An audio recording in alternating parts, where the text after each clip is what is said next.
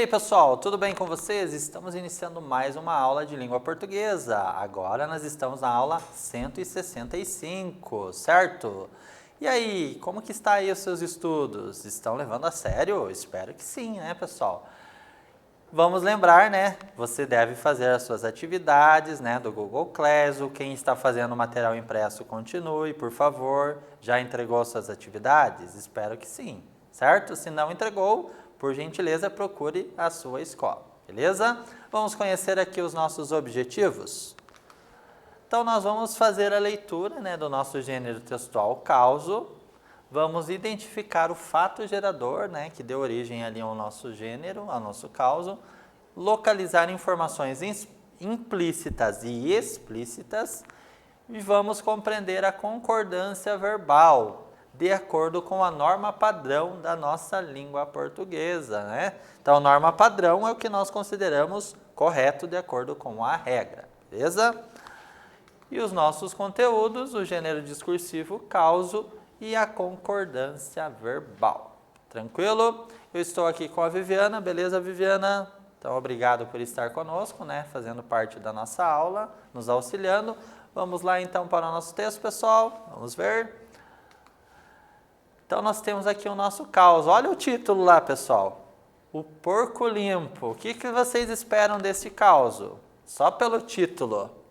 Qual é a imagem que nós temos do porco? Né?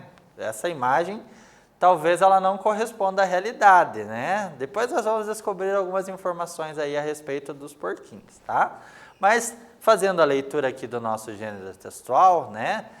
E é um pouco curioso, né? O título, o porco limpo, porque a gente tem uma ideia diferente, né? De porco não ser limpo. Mas talvez não seja bem assim, tá? Vamos ver. Vamos lá, leitura. Teve também o caso do porco limpo. Porco limpo? Isso mesmo. Seu Osvaldo ganhou um porquinho filhote, todo galeguinho, orelhas e focinho vermelhos, pelo branco. Fez um cercado no quintal, acimentou o piso, botava só água e ração para o porquinho, dava banho todo dia de mangueira e o bicho nunca tinha ficado sujo. Todo mundo dizia que o porquinho ia morrer, pois porco só gosta de lama, muita água suja e imundície. Seu Osvaldo gostava de fazer as coisas do seu jeito e contra tudo e contra todos criou o porco limpo que cresceu sadio, gordo, uma beleza. Mas, como o destino desse animal é virar comida, um dia foi para a panela, pois a família tinha certeza que pela criação que teve esse suíno, não iam ter dor de barriga.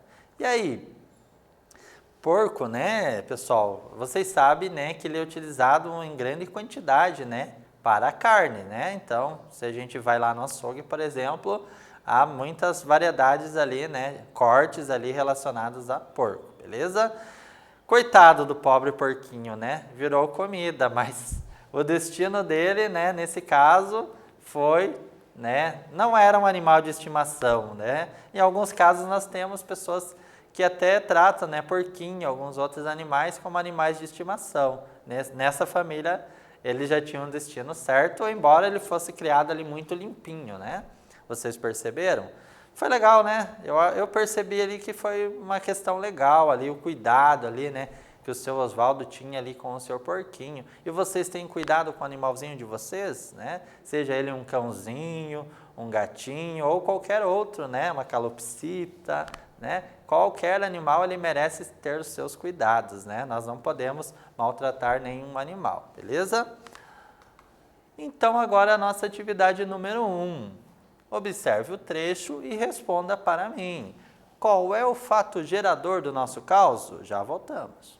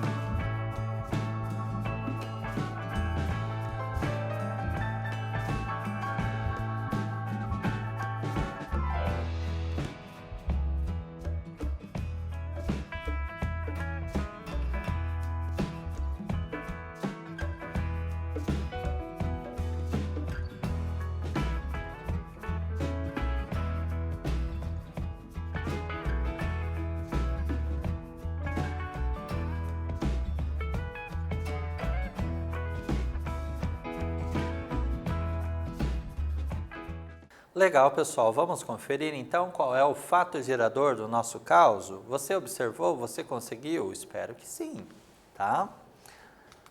Olha lá então comigo.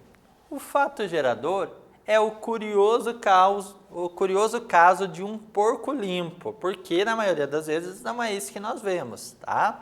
Seu Oswaldo ganhou um porquinho filhote, fez um cercado no quintal, dava banho todo dia de mangueira e o bicho nunca tinha ficado sujo, ao contrário da maioria. Mas é uma condição que é colocada, né? O porquinho não tem como fugir daquele espaço, né? Por isso, talvez, ele acaba ficando sujo, né? Mas nem sempre, né? Será que o porco gosta mesmo de ficar sujo? Ou ele não tem outra opção, né? Porque ele já é colocado no local ali em que se produz lama? Ou será que é uma outra situação que acontece? O que será? Nós vamos ter mais informações sobre os porquinhos daqui a pouquinho, tá? Vamos ver então, continuando. Olha aqui então, ó, vamos ler o trecho de uma notícia aqui comigo. Por que os porcos gostam da lama? Vocês sabem por que os porcos gostam da lama? Não? Então vamos descobrir aqui. Engana-se quem acha que os porcos gostam de ficar sujos. E eu acho que eu me enganei também. Vocês achavam que os porcos gostavam de ficar sujos? Na verdade, os suínos se lambuzam na lama para se refrescarem quando o ambiente está com temperatura elevada, né? Para um porco adulto, em torno de 18 a 20 graus já é uma temperatura elevada. Então veja, é para se refrescar, então ele gosta de ficar na lama ali. Se tivesse ali um outro espaço ali mais limpo, com certeza ele aproveitaria, né? Algo que tivesse água ali que pudesse refrescá-lo, né? Então, muito interessante essa informação, eu não sabia. Confesso eu que antes desta notícia, antes de preparar essa aula, eu não sabia dessa informação. Vocês sabiam? Né? Então, mais uma curiosidade que nós aprendemos aqui no Aula Paraná. Continuando aqui, ó. Sendo assim, não é um costume. Isso acontece porque esses animais não têm glândulas sudoríparas bem desenvolvidas. O que são essas glândulas sudoríparas? São mecanismos que produzem o suor, uma função importante para regular a temperatura do corpo. Além disso, a terra molhada e pastosa ajuda a proteger a pele do animal contra a picada de insetos. Então, tem uma explicação, né, por que eles gostam ali de rolar na lama. Não é que eles gostam de sujeira, né? É justamente para proteger ali, né, da picada de insetos e também para se refrescar. Então, é uma informação muito legal, beleza? E valiosa, né, essa informação. Agora chegamos à nossa segunda atividade. Observe o trecho, né, e responda o seguinte para mim. É possível dizer que, letra A, seu Oswaldo ouviu todos os conselhos? Será que ele ouviu todos os conselhos? B, contrariou os conselhos? Ou letra C, atendeu em parte os conselhos recebidos? E aí, você observou? Observe aí o nosso trecho que eu acho que você vai descobrir. Já voltamos.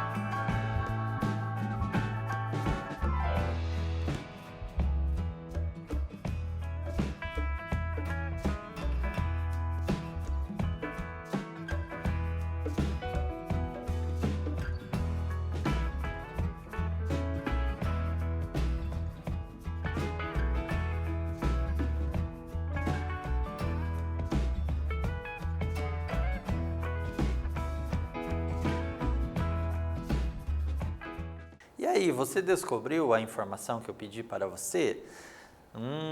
O que será que o seu Oswaldo fez? Ele ouviu ou não ouviu os conselhos? Ou ele ouviu somente parte dos conselhos? Vamos conferir aqui comigo? Eu acho que pelo nosso trecho ele não ouviu muito esses conselhos, né? Então, se conselho fosse bom, nós venderíamos, né? Mas com certeza nem todos os conselhos são assim, né? Então vejamos aqui, ele decidiu agir, né, de uma forma que ele considerou a mais adequada. Então vamos ver como foi. Ele contrariou, né, estes conselhos. Olha lá o trecho. Contra tudo e contra todos, ele criou o porco limpo, que cresceu sadio, gordo, uma beleza. Então, essa informação ela está explícita no nosso texto, beleza? Agora, vamos falar um pouquinho de concordância verbal. Vocês lembram o que é concordância verbal? Então, dentro da frase, nós temos algumas regrinhas que nós devemos cumprir ali para que fique adequado de acordo com a norma padrão. E a concordância verbal é uma dessas regrinhas, tá? Observe lá. O verbo de uma oração, ele deve concordar em número. O que é número? Se ele está no singular ou no plural, se é um ou mais de um. E também ele deve concordar em pessoa, né? Que pessoa? Primeira, segunda e terceira pessoa, seja do singular ou do plural, beleza? E essa concordância é realizada com o sujeito. Então, o verbo deve concordar em número e pessoa com o sujeito daquela frase, tá? Essa relação que se estabelece entre sujeito e verbo numa oração, damos o nome de concordância verbal, beleza? Concordância, então, é o modo pelo qual as palavras se alteram. Então, as palavras elas precisam passar por algumas modificações, né, para se acomodarem a outras palavras dentro da frase, tá? A concordância verbal trata das alterações do verbo para se acomodar ao seu sujeito. Como regra geral, o verbo concorda com o sujeito, né, em pessoa e número. Olha o exemplo. Seu Oswaldo ganhou um porquinho filhote. Quem é o sujeito? Seu Oswaldo, né? Como eu descobri o sujeito? Eu pego o verbo. Quem ganhou? Seu Oswaldo ganhou um porquinho filhote, né? Então, o verbo ganhou concorda com o sujeito, que é seu Oswaldo, em pessoa e em número. É um único ser, né? Seu Oswaldo. Então, está no singular, beleza? Vamos pensar juntos aqui, pessoal? Fez um cercado no quintal, acimentou o piso, botava só água e ração para o porquinho, dava banho todo dia de mangueira. Quantas orações nós temos no trecho acima? Para descobrir a quantidade de orações, nós devemos observar quantos verbos nós temos presente na nossa frase, né? Na oração, naquele enunciado em si.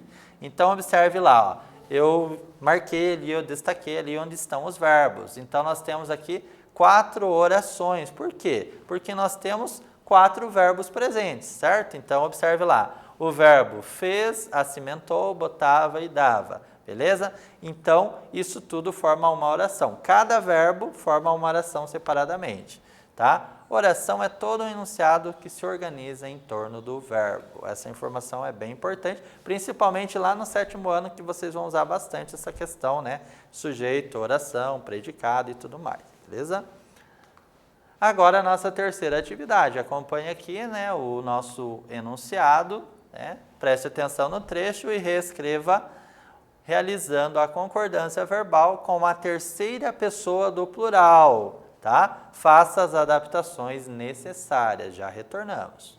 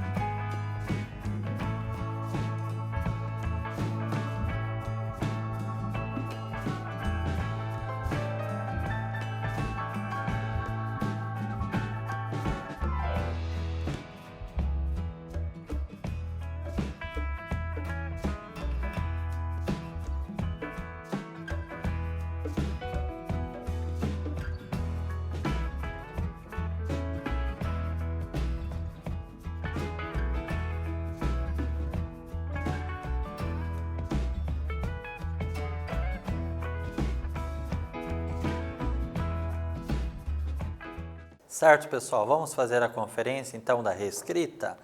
Vocês conseguiram reescrever? Se não conseguiram, acompanhem comigo, por favor, ou depois vejam os slides. Então, olha lá a reescrita. Fizeram um cercado no quintal, acimentaram o piso, botavam só água e ração para o porquinho e davam banho todo dia de mangueira. Então, eu cumpri aqui de acordo com a concordância, né, na terceira pessoa do plural, beleza? Agora a nossa quarta atividade. Observe aqui o trecho e responda. Os verbos destacados, tá? Quais estão destacados? Foi e tinha. Eles concordam com o que, pessoal? Com a segunda pessoa do singular, com a terceira pessoa do plural ou a terceira pessoa do singular? Observe, já voltamos.